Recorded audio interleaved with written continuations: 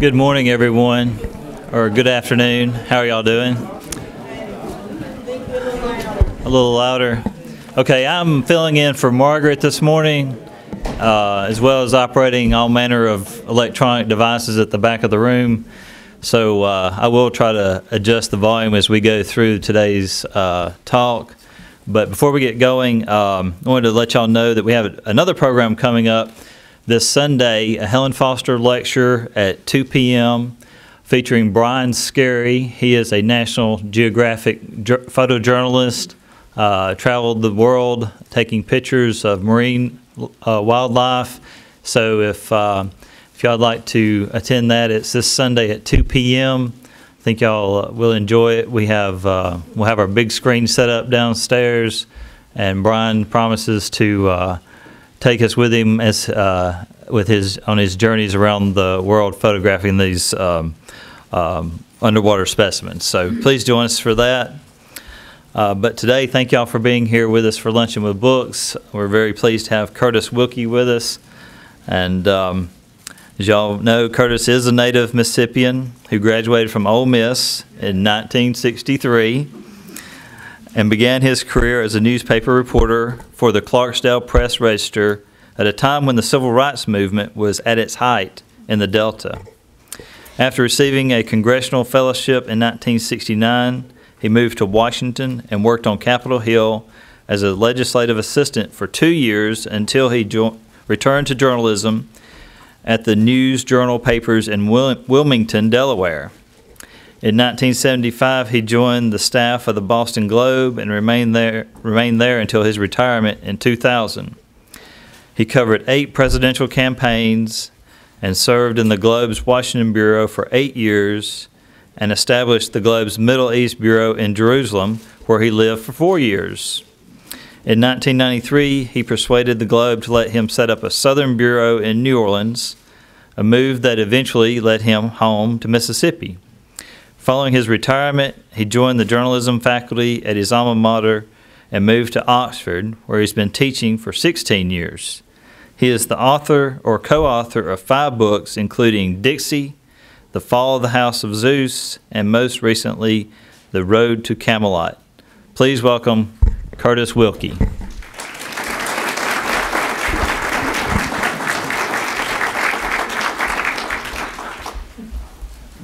Thank you. It's always good to be back in Tupelo and especially the Tupelo Library. I think this is the 3rd or 4th time you've been good enough to have me, and I see a lot of friendly faces, so I feel at home, and I'm happy to see my son Stuart Wilkie, who moved to Tupelo a couple of years ago, was here, and as always, my first cousin / brother Bob Black and his wife Jane. So anyway, I have no reason to feel inhibited today. I'll just talk a little bit about the book and then hopefully leave some time for questions. I'm not going to try to read from the book. I just know from my own experience attending book signings, I think readings themselves are kind of boring. I mean, you can always read yourself, but I enjoy hearing from the authors of how they happened to write the book and talk about some of the events in books. This book kind of had a genesis for me about 13 years ago. I'd finished Dixie, and I was looking for another book to write. And I had always been struck by something I saw as a teenager. I was living in Corinth, where I graduated from high school. I kind of lived all over the state. And it was the 1956 Democratic Convention. I think we just had gotten a black and white TV. And they had a very exciting afternoon there. Adlai Stevenson was going to be the Democratic nominee. Instead of choosing his running mate, he threw the selection to the delegates at the convention. And there were 5 very prominent, well, actually, Kennedy was not that prominent, but people like Hubert Humphrey and old Senator Gore from Tennessee, Estes Kefauver from Tennessee, Bob Wagner, who was the mayor of New York, and this young upstart from Massachusetts, John Kennedy, who a lot of people had never heard of. And they had a very spirited battle, and there's not been anything like it since. It's the last time that that balloting went beyond the first ballot. This one was pushing and shoving on the floor, and people were demanding to be recognized. People were changing votes, and Kennedy almost won that thing. And in the end, it was a runoff between Kennedy and Kefauver, and Kennedy lost in the end. But he burst on the national scene for the first time. He was 40 years old, and I've always had that memory of watching that. So I thought it would be fun to write a book basically based on that afternoon, but to weave in all of these various players, so many who went on to have prominent roles in our government and in the Democratic Party. And I put together a proposal. My agent shopped it with different publishers, and nobody seemed to be interested. So finally, I arranged to have an audience with a very prominent political editor in New York named Alice Mayhew at Simon & Schuster. And I went in and I made my pitch to Alice, and she kind of finally looked at me over her glasses and said, "Not big enough," kind of dismissed me. And so I put my tail between my legs and packed up all my notes and set everything aside. Well, fast forward about a dozen years or so, and my good friend Tom Oliphant, he and I worked together at the Globe for more than 25 years, and he and his wife were visiting in Oxford, and he mentioned how he had been having conversations with Ted Sorensen, who was Ted Kennedy's speechwriter and probably his closest member of the staff. And Sorensen had been encouraging Tom to get involved in a book project that would deal with an aspect of the Kennedy presidency that had not really been written about. There's never been a book about the long campaign that Kennedy waged. So Tom says, "Why don't we join forces and do this?" So I said, "Hey, I like that idea." And we went out to my office on the Ole Miss campus. I rooted around for about half an hour, and I found all my notes, my interviews with people. Some of them are no longer living, of what I thought was going to be my book on the 56 convention. And so we're off. We put together a proposal, and we both have the same agent. The agent shopped it, and it seemed like every publisher wanted it. And we wound up having an auction for the book. And guess who won the auction? It was Alice Mayhew from Simon & Schuster. So I felt very good about that. I had to remind her how she had dismissed me years before. So we had a lot of fun doing the book. As you can understand, so many of the people who were players then are no longer with us. There were a handful of people, but fortunately I had talked to some people, and Tom had certainly talked to Sorensen, who actually died before we started the project. But our real gold mine for material was the Kennedy Library in Boston, and we spent weeks together doing research, and it's an amazing place. They have 25 million pieces of paper there that you can look up. They've got very good archivists who are ready to help.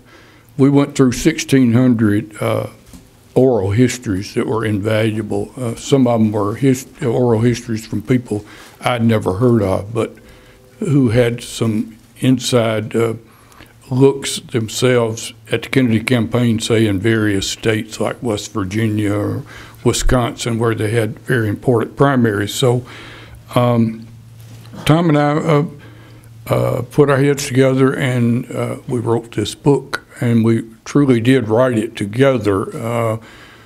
I think there are 20-some-odd chapters, and that means that each of us was responsible for doing the first draft of, let's say, a dozen chapters. And if I wrote the first draft of a chapter, I would then send it to him electronically. He would go through it, he would add or subtract and send it back to me, and I would add and subtract. And happily, we never had an argument. And today, you know, when I look at the book, I can't tell you I can tell you maybe 3 chapters that I know I wrote the first draft, because that's how homogenized the writing became. So truly, it was a joint effort, and we both had a lot of fun with it. The reviews have been terrific, and we've been busy, going around. Tom came down here last week, and we had a full week of book events. We started at the new bookstore in Memphis and went to the Clinton Library in Little Rock, and we came back and did a event at Ole Miss, and then we went to the Hot Tamale Festival in Greenville. So Tom has gone back, so it's now up to me to carry the flag here.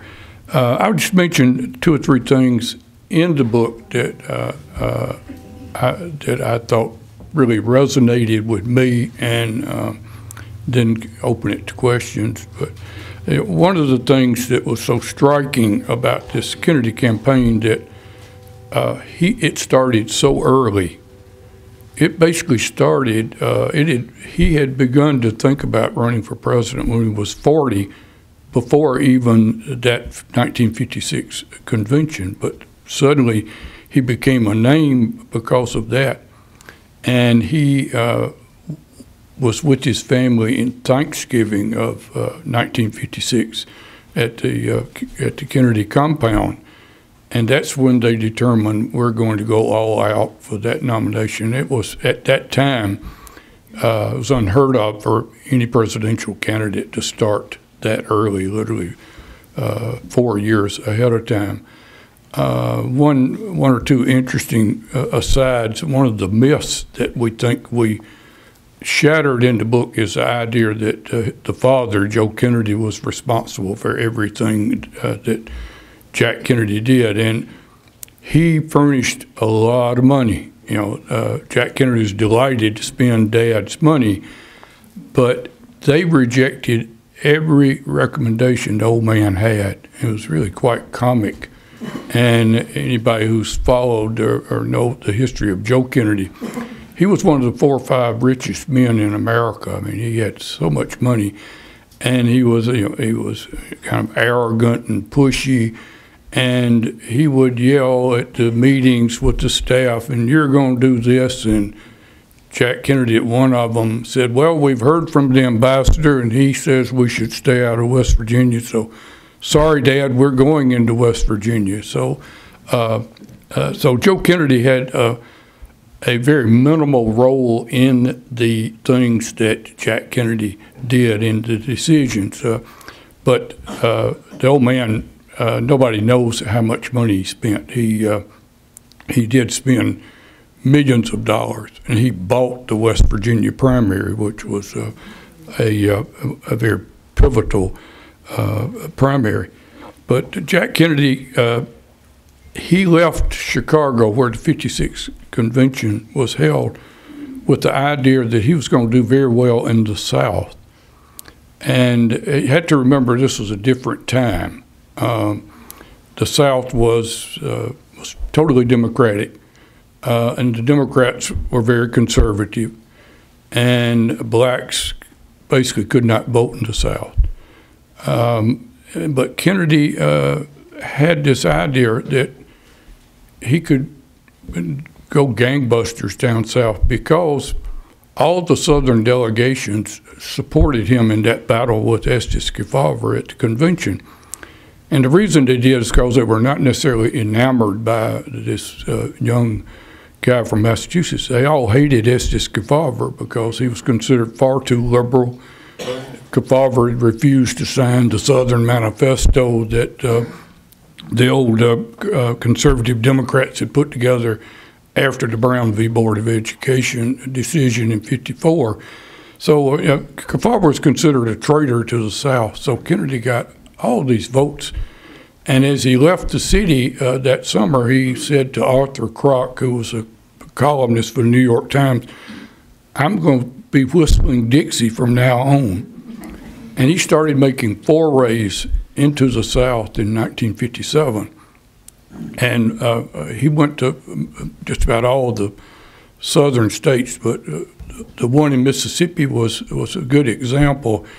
He went to a big Democratic dinner at the Heidelberg Hotel in Jackson in '57, and it was a packed house. And after that, he went to Governor J.P. Coleman's mansion, met with our entire congressional delegation, and they talked into the night, and we found Governor Coleman's his papers down at Southern Miss, and he has some account of that. But what was interesting, the Southerners were willing to talk to Kennedy, but they wanted assurances from him that if he became president, he would never send troops to enforce integration, because this was right after Little Rock, when President Eisenhower federalized the National Guard and then ultimately sent, I think it was 101st Airborne in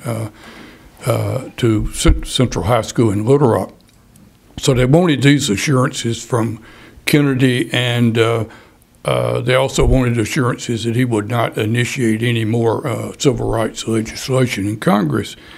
And Kennedy was very wishy-washy, and he was basically walking a very perilous tightrope, because he's playing ball with the Southerners, but at the same time, he then is going to jeopardize the black vote, which is substantial in a lot of those industrial states in the North.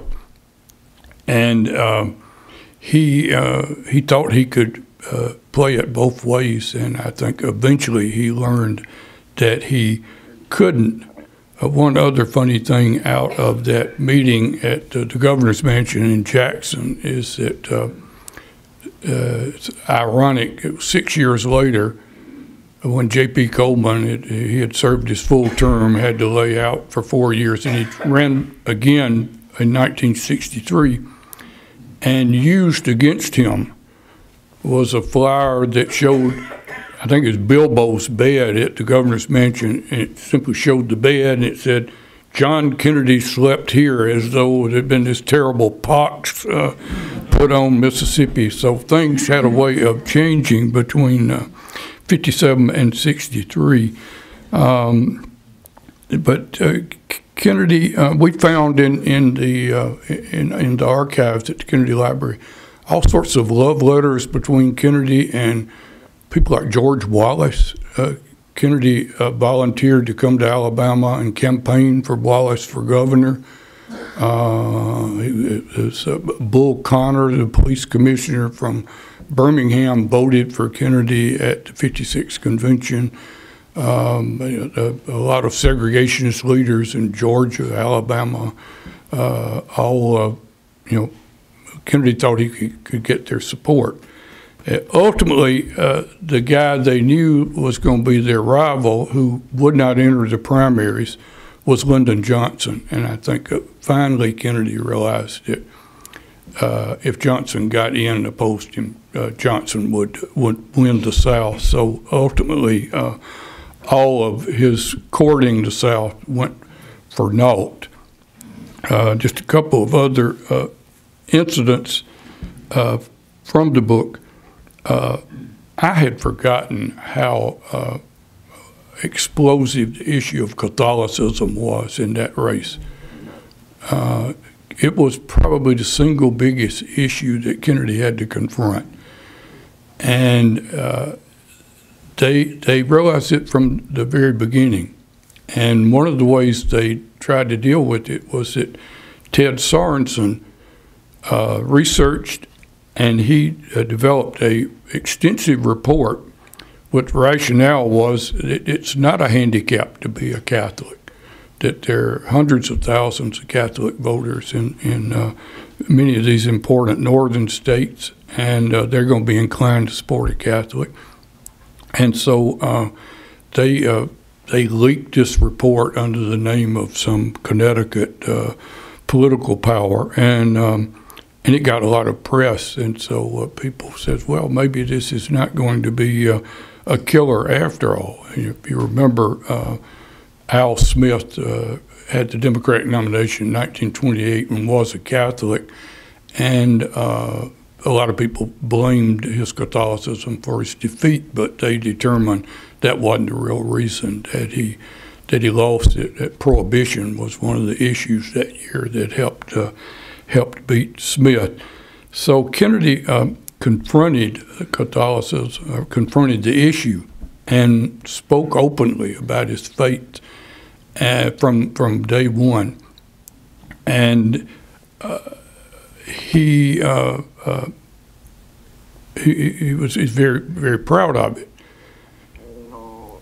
On the other side, ultimately the Nixon campaign, and a number of very powerful evangelical leaders, basically they had a conspiracy to try to bring down the Kennedy campaign. It was led by Reverend Billy Graham. Graham convened a secret meeting in Switzerland in the summer of 1960 and brought in about 25 evangelical leaders from around the country, and they were plotting on what can they do to subvert the Kennedy campaign. It was basically going to try to convince the country that America would be ruled by the Vatican if Kennedy were elected. And another one of the ringleaders was Norman Vincent Peale. And they came back to the country. And meanwhile, there are also letters between Billy Graham and Richard Nixon. You know, dear Billy, dear Dick. You know, how can we basically destroy this campaign using Catholicism as the issue?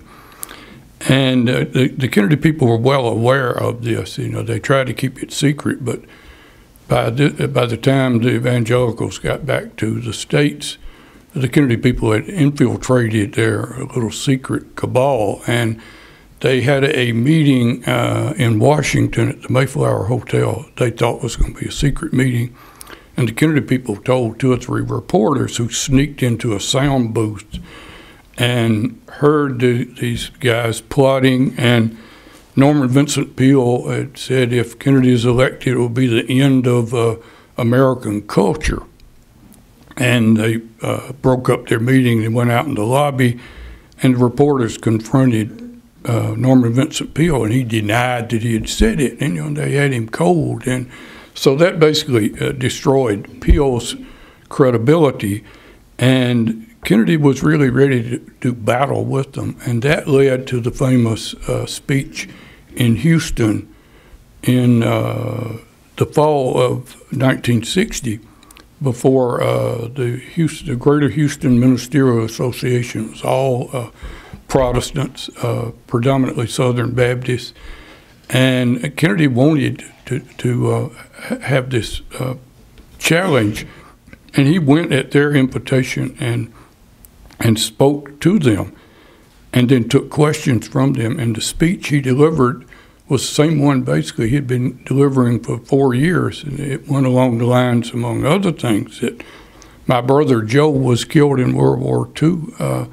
He was a Catholic. The fact that I'm a Catholic, does that mean I'm disqualified for running for the office of president? And it was a pretty persuasive and powerful speech that he had. And it was somewhat disarming to most of the ministers. You know, Kennedy knew that some of the questions would be very provocative, and he hoped that they would be. And some of the ministers there was one guy had about a 5-minute question. And basically the bottom line was, is the Pope going to be running America? And Kennedy answered his 5-minute question with no. So, and it was a great success, and the Kennedy people anticipated that he would do well. So they arranged to telecast live to 22 different markets in Texas that speech. And they were so happy with it, they cut commercials that they used for the rest of the campaign from that speech at the Ministerial Association in Houston. And there's no evidence that Catholicism in the end was much of a factor. And that was the end of Catholicism as a political issue in America. I mean, it just disappeared. We don't even think about it anymore. So he effectively took care of that issue. The only other thing I'll touch on, because it's very Southern too, is at the very end of the campaign was the case that what does Kennedy do about the civil rights movement, which was really picking up momentum by that time. The sit-ins had started in North Carolina, and it spread to Tennessee and Mississippi and some of the other southern states, and no one quite knew what to do with it. Nixon basically tried to just avoid dealing with the issue or talking about it, and so did Kennedy. He was not anxious to get involved. He did try to get the endorsement of Martin Luther King, and Dr. King was not willing to endorse anybody. He said that he needed to be neutral because of his organization, the Southern Christian Leadership Conference. But Kennedy had tried that. Then, about 3 weeks before the election, Dr. King was thrown in jail in Georgia. He was originally arrested with a group of students at a attempt to integrate a lunch counter at Rich's department store in Atlanta, and they were all thrown in jail, and that set off demonstrations in Atlanta, and the mayor of Atlanta wanted to get them out of jail and end the demonstrations. He did. Dr. King got out on Monday morning, and there were a lot of people to welcome him back to freedom. He was immediately grabbed by authorities from neighboring DeKalb County. He had been arrested for a traffic violation months before. He and his wife had been driving the novelist Lillian Smith to a cancer treatment. And the police arrested him. They just saw them, says, aha. And they found that Dr. King was still driving with an Alabama license. So they ticketed him, and he'd had to pay a fine. So anyway, the judge determined that he thought, or determined Dr. King had breached his agreement, and so he threw him into 4 months of hard labor at the toughest prison in Georgia. So Coretta King, the wife, is troubled. She's not sure he's going to come out of this experience alive, and she put out entreaties both to Vice President Nixon and the Kennedy campaign. So anything you can do to help. Kennedy's staff, almost to a man, told him, stay away, just don't get involved, because we're going good. We've got Johnson on our team. We're going to carry the South. And if we get involved with this, we have a chance of losing the South. We can't afford to lose the South. Nixon, meanwhile, did nothing either. He didn't want to get involved. So Coretta King is distraught. She finally reaches a guy named Harris Wofford, who was a white guy who worked in Kennedy's civil rights office, and she knew him, and she appealed to him, is there not something you can do? And Harris Wofford wanted very much for Kennedy to do something. And there he is in Washington, and Kennedy is on the road. So he says, what can I do? Because he would try to reach Kennedy, and the Kennedy aides would block him. You know, people like Kenny O'Donnell and Pierre Salinger, they just say, you know, they wouldn't pass on the message. So Wofford finally thought, there's one guy that can get to Jack, and that's his brother-in-law, Sarge Shriver in Chicago, who had been very active in civil rights in Chicago. And Kennedy happened to be at O'Hare Airport overnighting in a hotel. And Wofford reached Sarge Shriver, and he says, isn't there some way you can get to Jack and just get him to call Mrs. King? And he said, well, yeah, I will do that. I got to wait till all these other guys get out of the room. And it was, I think, Kenny O'Donnell and maybe Larry O'Brien, part of the Irish Mafia, they were all saying, don't get involved. And finally, Shriver got in the room alone with Kennedy and said, you know, it would help if you just call Mrs. King. So Jack Kennedy says, sure, you got a phone number? Had a phone number. He dialed the number up and talked to her for about 5 minutes, simply to try to comfort her. He didn't do anything beyond that. And she was so impressed, and Dr. King's father, Daddy King, who was a very prominent minister and really politically more important than Martin was at the time, they immediately embraced Kennedy. And Daddy King says, I've been a Republican all my life. That was in the days, if you remember, like Mississippi's Republican convention delegations to the conventions would be all black, and we called the blacks and the tans, and that's the way it was in the other southern states. So Daddy King renounced the Republican Party because Nixon had done nothing, and they seized on it. So Kennedy, meanwhile, is flying off somewhere, and he mentions on the plane to his press secretary, Pierre Salinger, oh, Pierre, by the way, I need to tell you, I called Coretta King back there. Pierre Salinger says, you did what?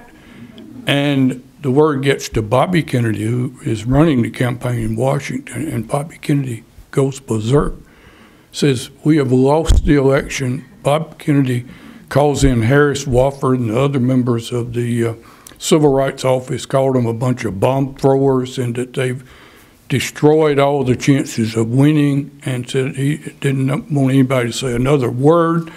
The rest of the campaign, just shut up and don't meddle with it. Instead, and the story gets even longer because Bob Kennedy finally gets involved in is persuaded by the governor of Georgia, Ernest Vandiver. Vandiver wants to get rid of the issue too. He wants to get King out of jail, not because he sympathizes, just causing a lot of trouble and turmoil in Georgia. And Vandiver told Bob Kennedy, says, if you call the judge, I think he'll let him out. So Bob Kennedy called the judge, and I think, you know, it's implicit in all this. The Georgia judge thought, well, that means if the Kennedys get in, I'll get to become a federal judge. And then they announced the Kennedys have called the judge. Well, Bob Kennedy is by this time in New York. He calls the Washington office to check on things, and he talked to John Siegenthaler, who later became a great pal of mine. John was a valuable source for us before he died. Bob Kennedy says, John, what's going on? John says, well, Bob, we've got dealings with a report in Georgia that you called the judge, and it was crazy. You know, this judge is an idiot. We've already put out a denial. And Bob Kennedy says, well, John says you better deny the denial because I made the call too. So he got very convoluted. But Dr. King was freed, and they all then were on board for Kennedy.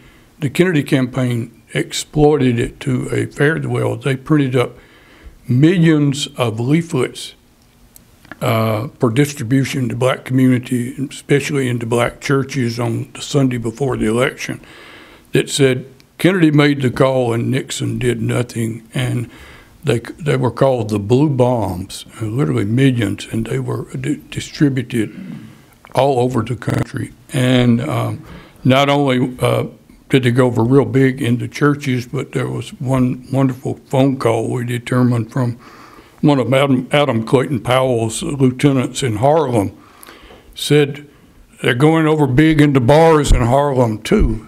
And in the end, it was an incredibly close election. I'd forgotten how close it was. It was the closest election we had in the 20th century, and razor thin. And it's generally thought that that phone call to Coretta King is what made the difference with the black vote in some of the key states like Pennsylvania, Michigan, Illinois. And I know President Eisenhower said after the election that the call to Coretta King was the one that made the difference. So here, Kennedy started off courting the old segregationist, and in the end, he, kind of came to the defense of Martin King, and it didn't do him any good in the South, but LBJ was persuasive enough that he wound up carrying 7 of the Confederate states that fall. Does anybody remember who Mississippi voted for in 1960? They had an independent party, didn't they? Yeah, it was called the unpledged electors, and so they didn't vote. And do you know who Mississippi voted for at the Democratic Convention in 1960 for presidential nomination? Ross Barnett. So anyway, the unpledged electors were a delegation that Barnett and his henchmen had put together. Why don't I stop there and take any kind of questions you all might have, if you have any else. Jack? First, you mentioned Ted Songs, and I was always so impressed with John Kennedy's speeches and his written words, and Songs gets credit for that too. In your research, could you tell how much of Kennedy's speeches were his own words and how much were Songs?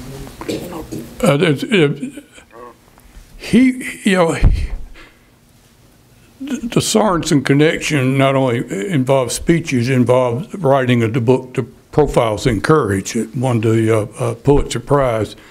There's no question that Sorensen had a hand in everything. In fact, Sorensen had a particular style that can be called thesis antithesis, where ask not what your country can do for you, but what you can do for your country. That's a structure that's straight out of Sorensen's playbook.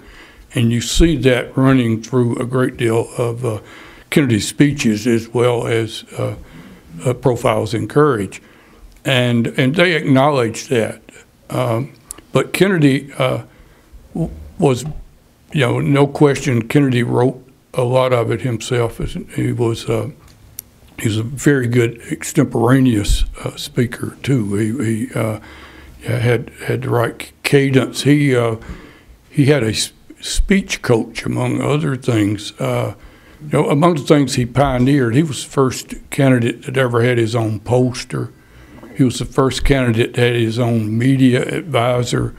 And it was really the first modern campaign, and it also was a campaign that ran outside the tracks of other previous campaigns, in that he did not attempt to basically assemble 20 power brokers in the party and take the nomination. He went through the primaries and he went to the people, and that established something that you can go straight through to today.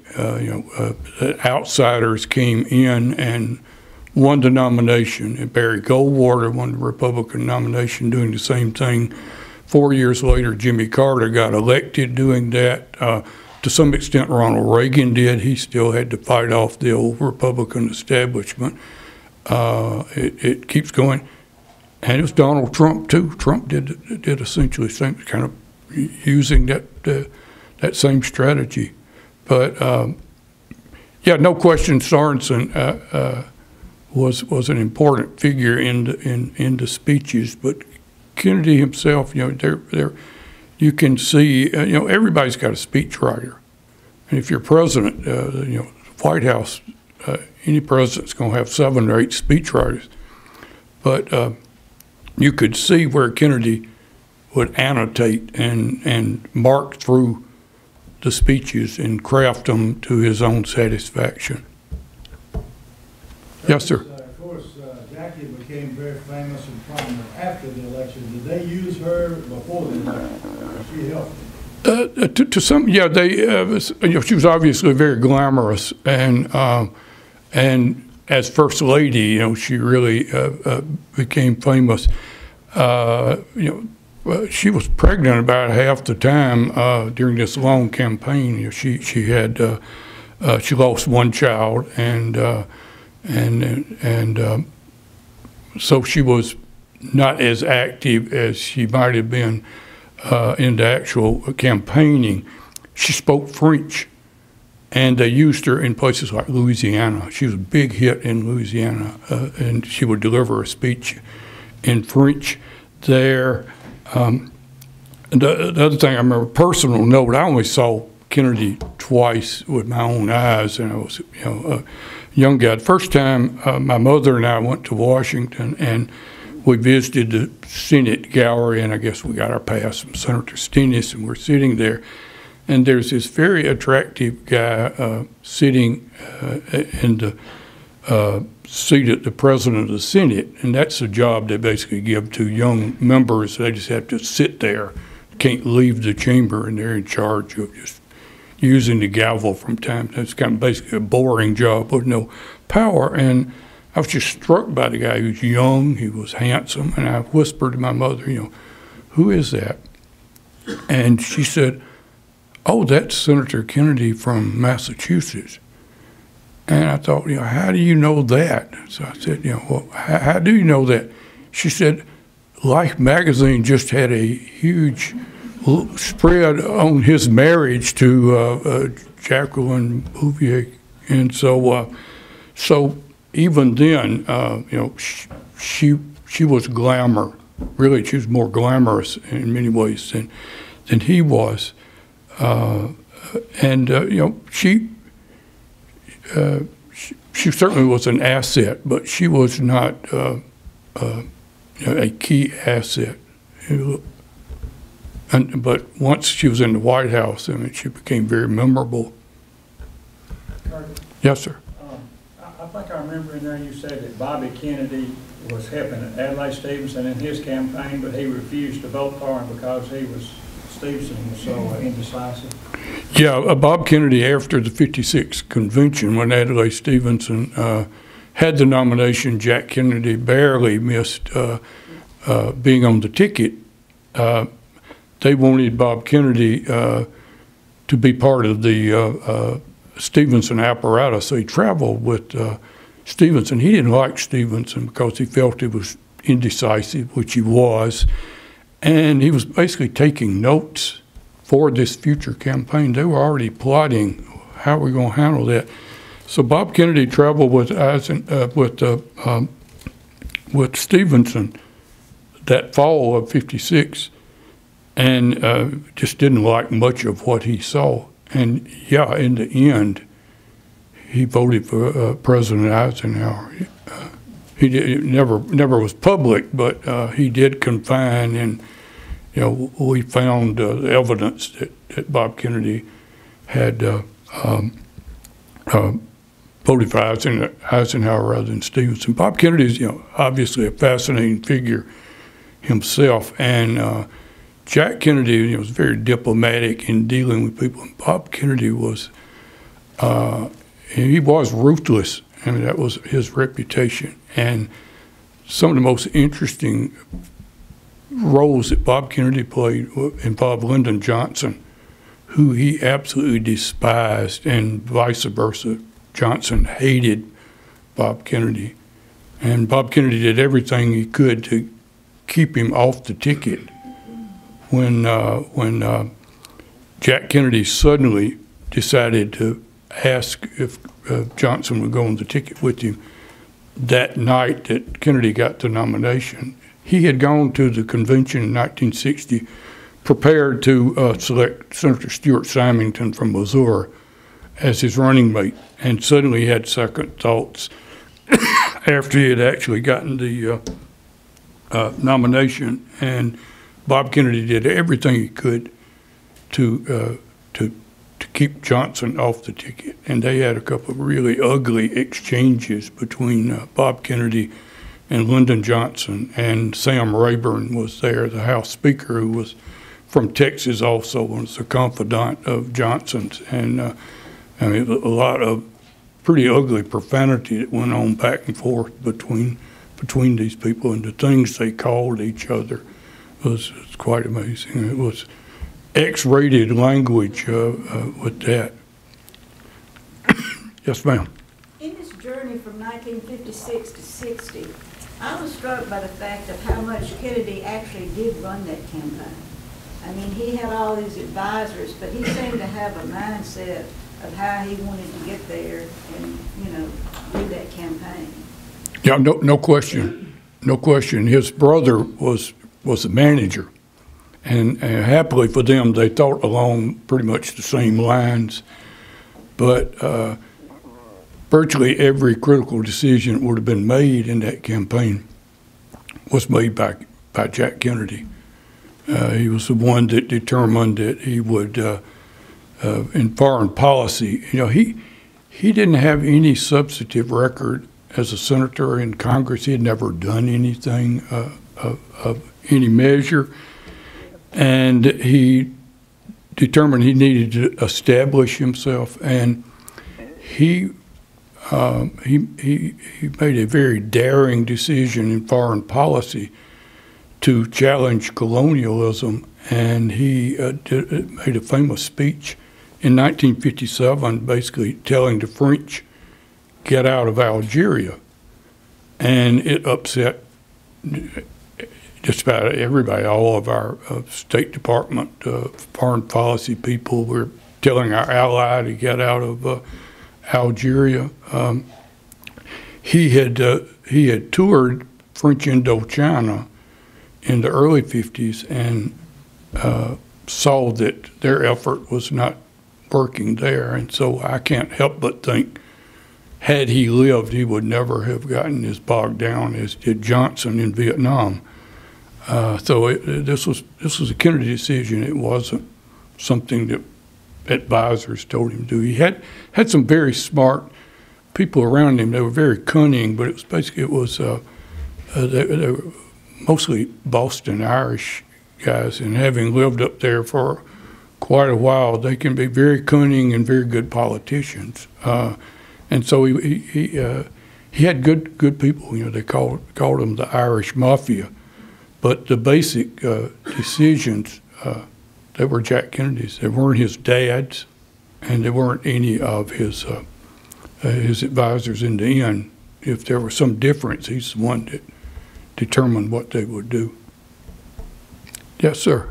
What do you think President Kennedy would have to say about today's political environment? God. Probably the same thing most of us would say. I think he'd be appalled.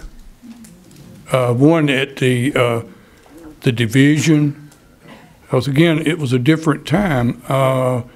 Republicans and Democrats worked together on legislation. You know, they played golf together, they played cards, they drank together. You had what they call comity in Congress that doesn't exist today. So I can only imagine that he'd be very troubled. Yes, ma'am. You mentioned the razor-thin outcome, and I'll never forget, I was 9 years old at the time, and my dad said it was that crooked precinct in Chicago that won Illinois, and it was late at night. I'm from a political family, so, you know, but that, do I have that correct? Or? Yeah, you do, and this comes up virtually every appearance that either time I make. Says, you know, did they steal Illinois? And I think, you know, we researched this as best we could. And the thing about Illinois, I've covered a lot of Illinois politics, actually mostly Chicago politics. I spent a lot of time in Chicago. And it's crooked as hell, Chicago is. But what we forget is that downstate is controlled, anything outside of Chicago is considered downstate. It's controlled by Republicans. They're crooked as hell, too.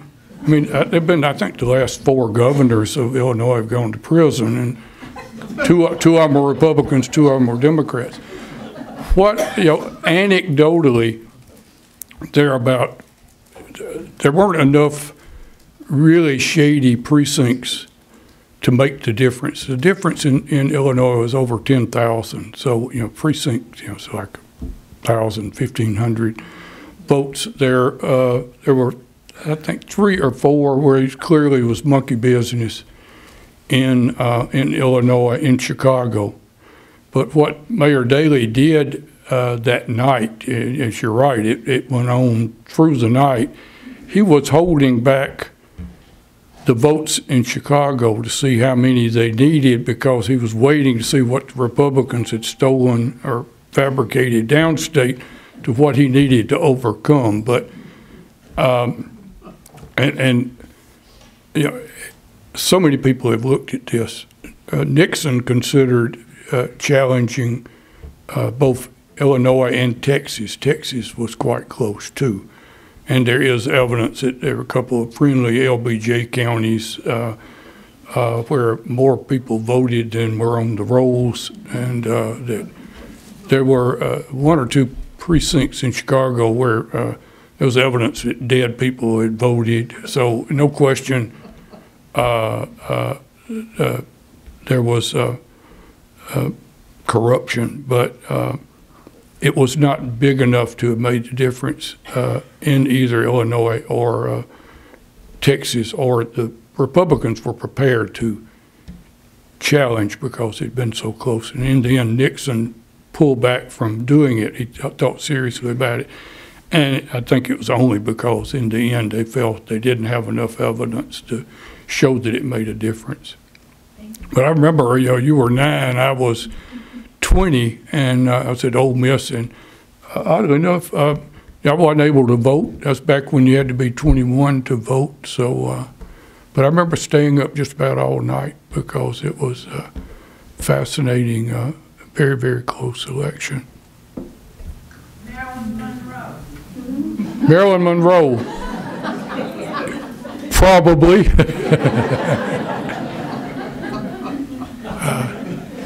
Yeah, that's we devoted, maybe that's the wrong term to use, but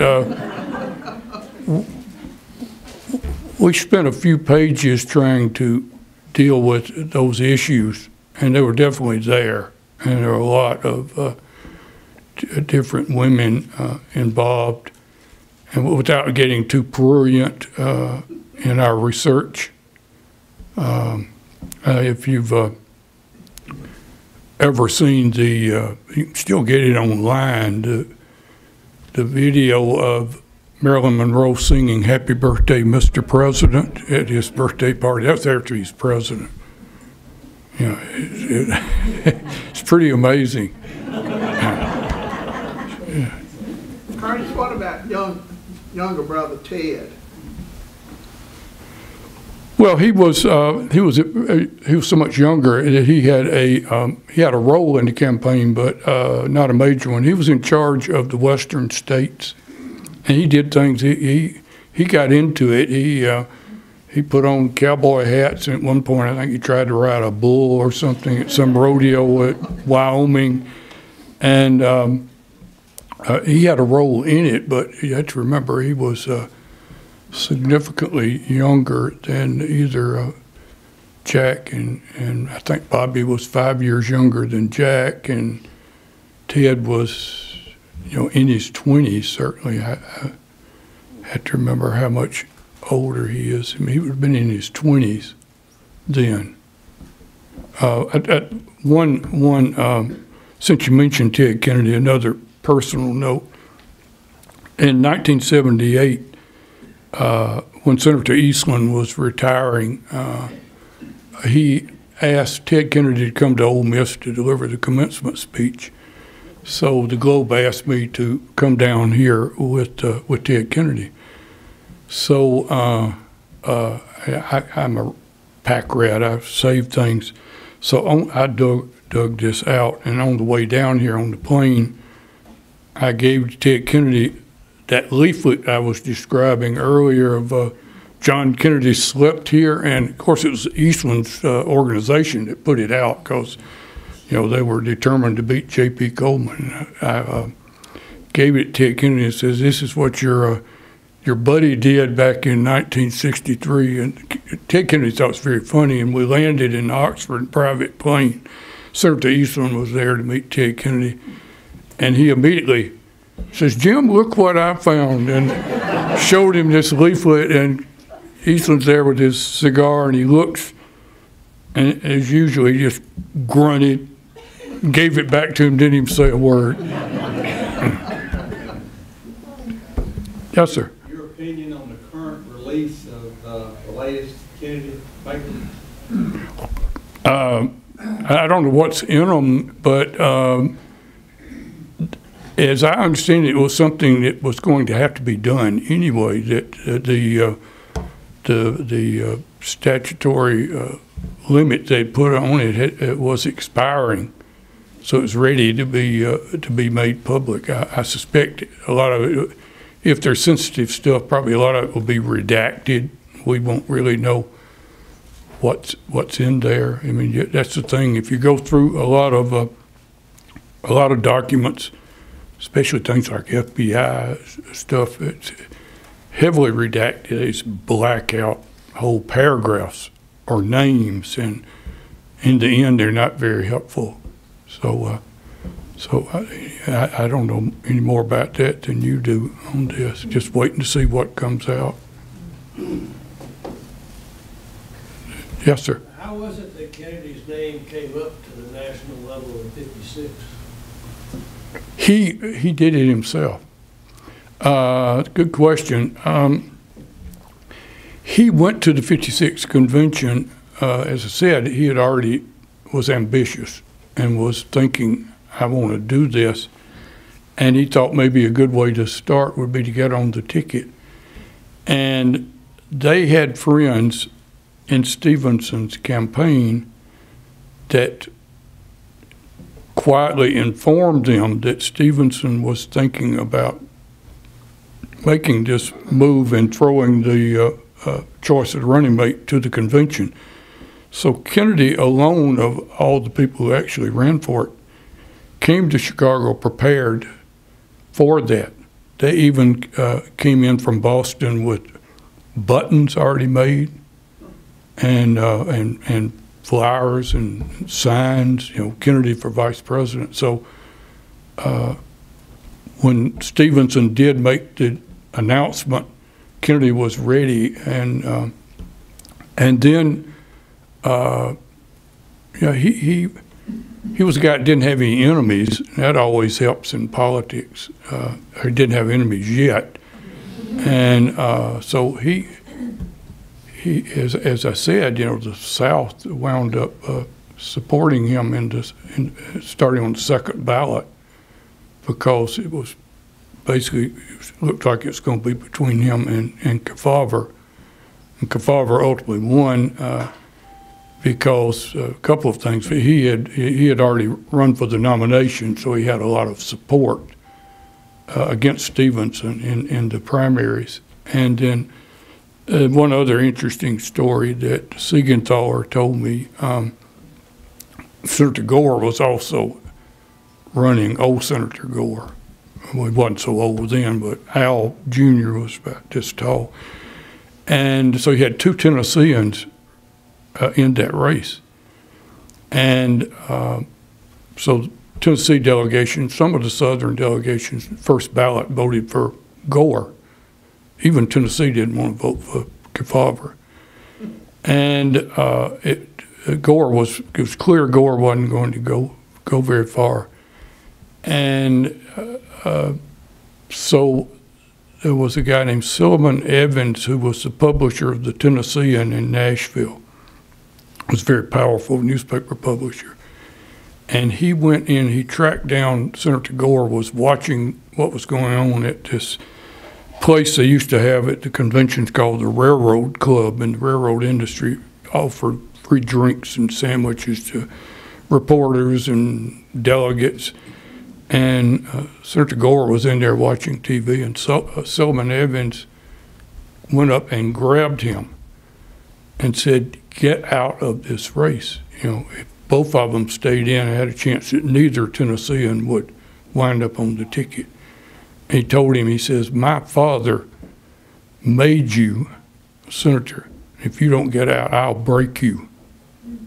And Gore immediately went back on the floor and asked to be recognized and got out of the race and threw his support to Kefauver, and that's what ultimately swung it to Kefauver. Okay? Okay? Thank you all. Thank you, Curtis. Thank you for a very interesting talk. We do have copies of his book for sale over here, so if y'all want to pick up a copy, do that before you leave. Thank you, Reed's Gumtree Bookstore, for doing that for us. And also Sunday afternoon, 2 p.m., Helen Foster lecture, Brian Scarry, photography, underwater photography, marine life. Please join us for that. Thank you. Thank you so much.